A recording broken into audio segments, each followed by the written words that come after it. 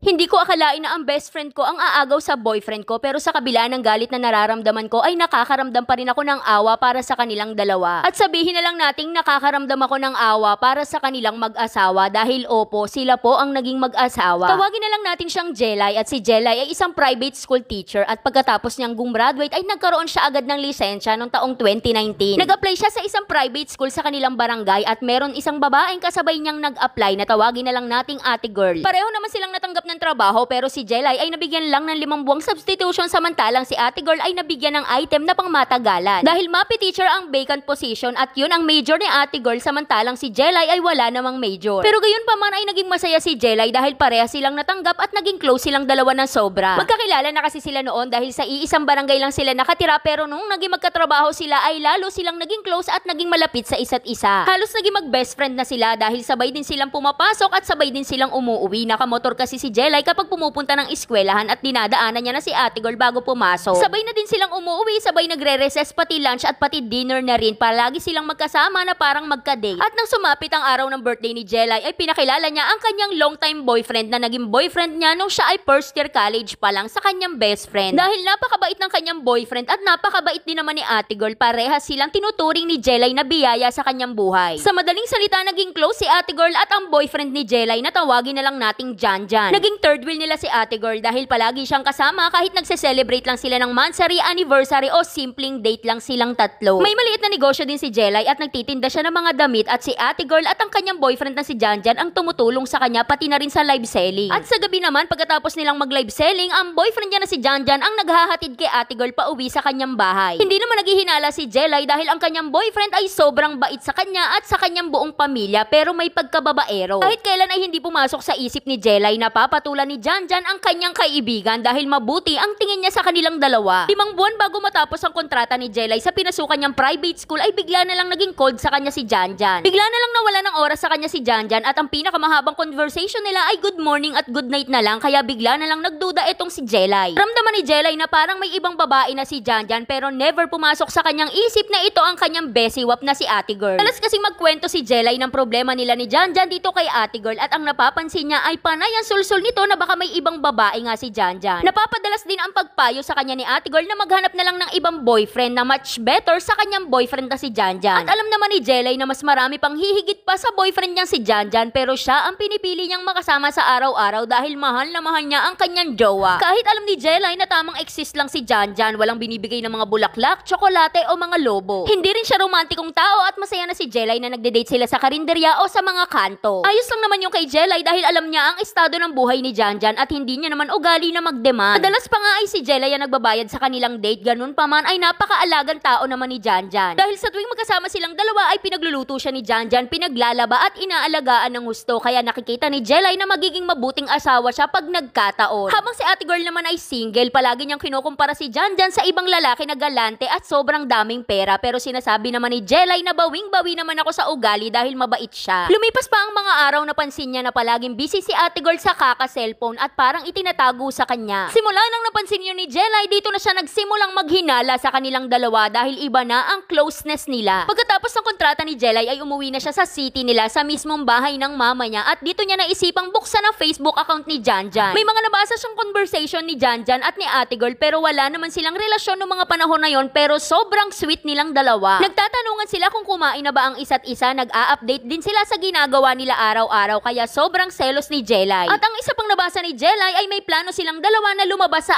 araw ng fiesta, at nagtanong si Ate Girl kung pwede bang isama si Jelay, at ang sagot naman ni Janjan ay ikaw ang bahala. Kaya parang anong nangyari, siya na girlfriend ang magiging third wheel nilang dalawa, kaya grabe ang galit ni Jelay. Sa sobrang galit ni Jelay ay gumawa siya ng isang GC at dito niya inilagay ang mga screenshot ng conversation nilang dalawa. Inaasahan ni Jelay na magpapaliwanag ang dalawa at hihingi ng tawad sa kanya dahil nasaktan siya, pero hindi ganun na nangyari dahil pinagtawanan lang siya at tinawag pang praning. At ang sabi pa sa kanya ni Ate Girl, ano ba sa tingin mo, aagawin ko ba yung boyfriend mo, Charis? Kaya dito na natapos ang maikli nilang pagkakaibigan. Kaya simula nun ay iniwasan ni Jelay ang kanyang boyfriend na si Janjan at ang kanyang best friend. Ito na ang kanyang naging endpoint. Dahil ang nasa isip ni Jelay kung kayang patusin ni Janjan ang kanyang kaibigan ay kaya niya rin itong gawin sa mga kamag-anak niyang babae. Naghiwalay sila ng November 2020 at December 2020 nang subukan siyang suyuin ulit ni Janjan, pero hindi na pumayag si Jelay dahil hindi niya kinaya ang sakit. At February 2021 naman nang mag-post si Ate Girl Girl at si Janjan na sila ay in a relationship na. Kaya lang ito nalaman ni Jelay dahil maraming nagsisend sa kanya ng mga screenshot ng mga katrabaho niya at kaibigan dahil pati silang lahat ay nagulat dahil hindi nila alam na hiwalay na si Janjan at si Jelay. At ang first month sa rin nila ay sinurprise ni Janjan si Ate Girl ng balloons at chocolates na may kasamang bulaklak na never nagawa kay Jelay sa loob ng 6 na taon. At habang walang trabaho si Jelay ay tinuloy niya pa rin ang kanyang pag-online business at nung buwan ng July 2021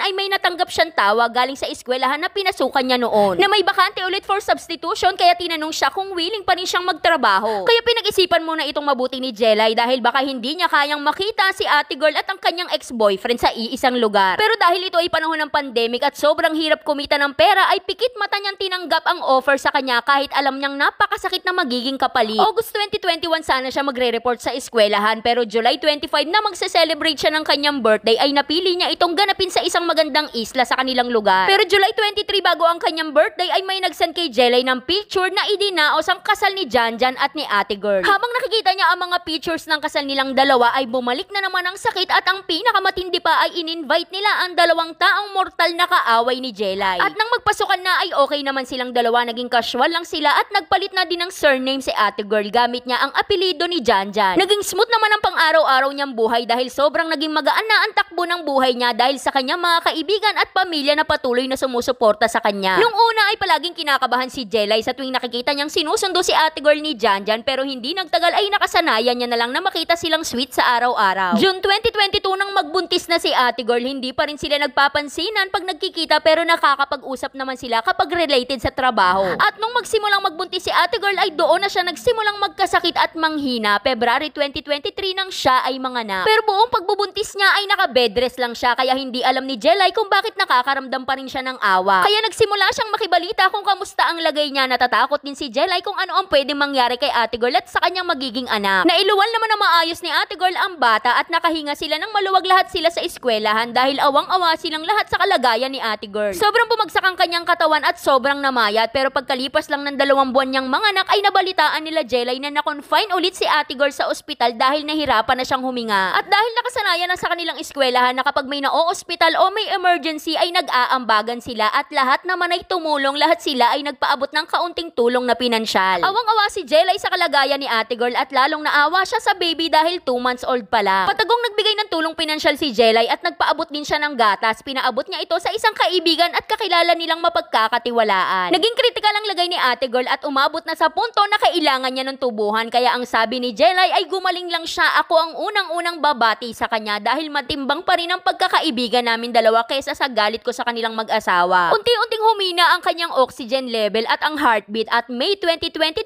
nang bawian na ng buhay si Ate Girl at dito na siya tuluyang na maalam. Hindi na ihanda ni Jelay ang kanyang sarili sa ganong balita dahil umaasa siya na magkikita pa ulit sila sa eskwelahan. Sobrang sakit po Ate Charis dahil hindi man lang namin nagawang magkapatawaran ng personal. Dahil never naman siyang humingi sa akin ng pagpapatawad at ako rin naman ay hindi ko na rin siya kinausap tungkol sa issue namin dalawa. Nakakalungkot lang po ang aming kwento dahil ang akala ko sa TV lang nangyayari ito. Kaya gusto ko po kayong tanungin na naniniwala po ba kayo sa karma dahil napakaraing tao po ang nasa paligid ko na sinasabing karma is real. Hindi ko naman po kiniklaim na karma ang nangyari sa kanilang dalawa dahil kahit ganun ang kwento namin ay naging mabuting tao pa rin sila sa akin, naging parte pa rin sila ng buhay ko. Sa ngayon po ay okay naman ako pero may part pa rin sa akin na nagsisisi ako dahil huli na ang lahat bago ko na-realize na mas matimbang siya kaysa sa ex kong kumag. Wala na po siyang buhay nung nakita ko siya, tanging iyak na lang po ang nagawa ko. Paano ko ba aalisin sa puso at isip ko ang pagsisisi na sana kung buhay pa siya ay inayos na namin ang gusot namin dalawa. Hanggang dito na lang Ate Charis. Kaya ang masasabi ko lang siguro mas makakatulong sa'yo na tanggapin mo na lang na tapos na at wala na siya. At kagaya nga ng sinabi mo, sobrang grateful mo na naging parte sila ng buhay mo at hanggang doon na lang talaga yon dahil nung mga panahon na nakasama mo naman siya ay ginawa mo naman yung best mo bilang kaibigan niya. Huwag ka na lang din mag-focus dun sa mga bagay na pwede sana mangyari kung buhay pa siya dahil lalo ka lang mahihirapan. Yun lang siguro talaga ang kapalaran niya at hindi naman siguro yun karma dahil nakatakda lang siguro na maging parte kayo ng buhay ng isa't isa. Kaya para sa mga gustong sumulat, dito lang po yan sa ating Facebook page na Say Carp. Huwag kalimutang mag-follow para updated ka everyday. Kaya shoutout muna kay Erica Arcilla at Pauline Villafuerte, Jovelyn De Guzman at Edna Gapasin Sangasin, Elena Dumile at Jen Pangilinan. Kaya yun lang. Like and share para alam mo kung ano namin bukas. Bye-bye!